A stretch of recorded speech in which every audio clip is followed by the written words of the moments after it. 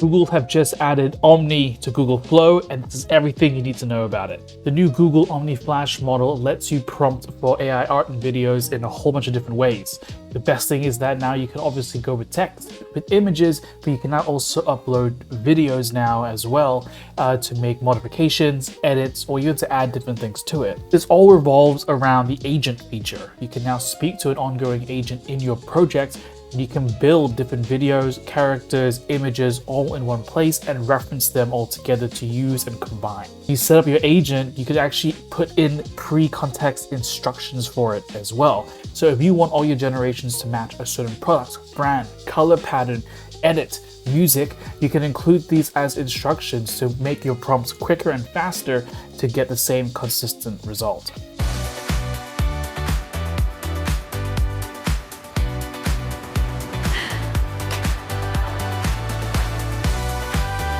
When it comes now to video editing, you can add new objects in. You can drag a video in that you have created or also upload one as well, and you can prompt to add new objects into it as well. You can also prompt to modify and change things as part of that scene, or you can also remove elements from the scene as well, such as removing cars from around a motorbike here.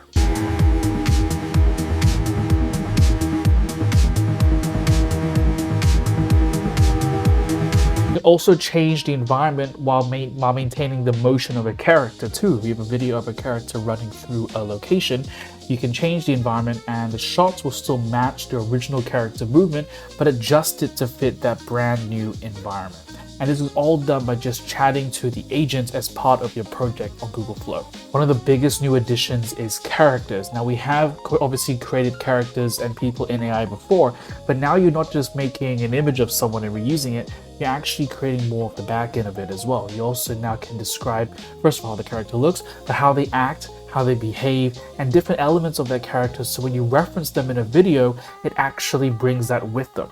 I trained a model based on my face here. We can add different angles to it, and I thought it'd be funny to say that this character tells bad jokes and always is carrying a beer around no matter where he goes because he's really Australian. Whenever I use this character in any prompt or scene, it's matching the character description, making it faster to implement consistent characters into your shots.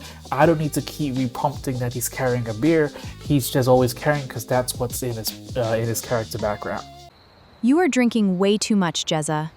It is becoming a real problem. Well, they do say an apple a day keeps the doctor away, and this is technically made of plants, right? You can combine characters too. So if you have your character that you've created a second one, you can reference them both in the prompt to interact with each other.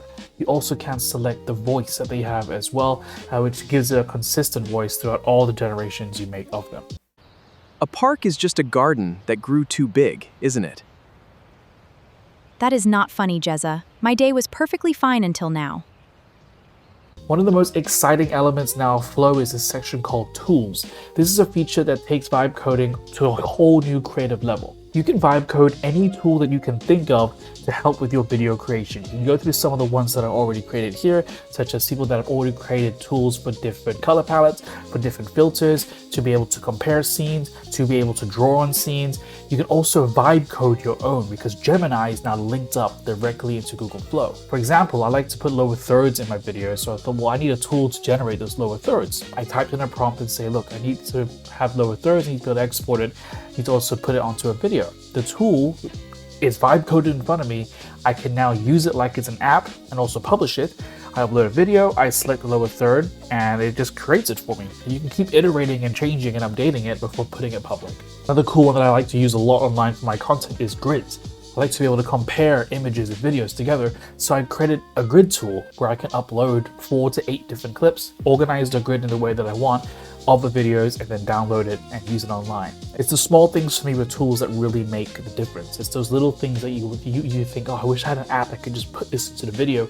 Well, now you can go and do that with Google Flow, and you can vibe code any tool that you can think of. Omni Flash is a really big step forward here for the Google creative side of things, and it builds on the existing video model, but it's great that now you have a full-on editing and modification suite directly in Google Flow. It's something that I think we really need because you can spend more time directing your shots rather than just prompting for something. You can now get one result and do more with it. And I think that is the marks of a really good creative AI tool.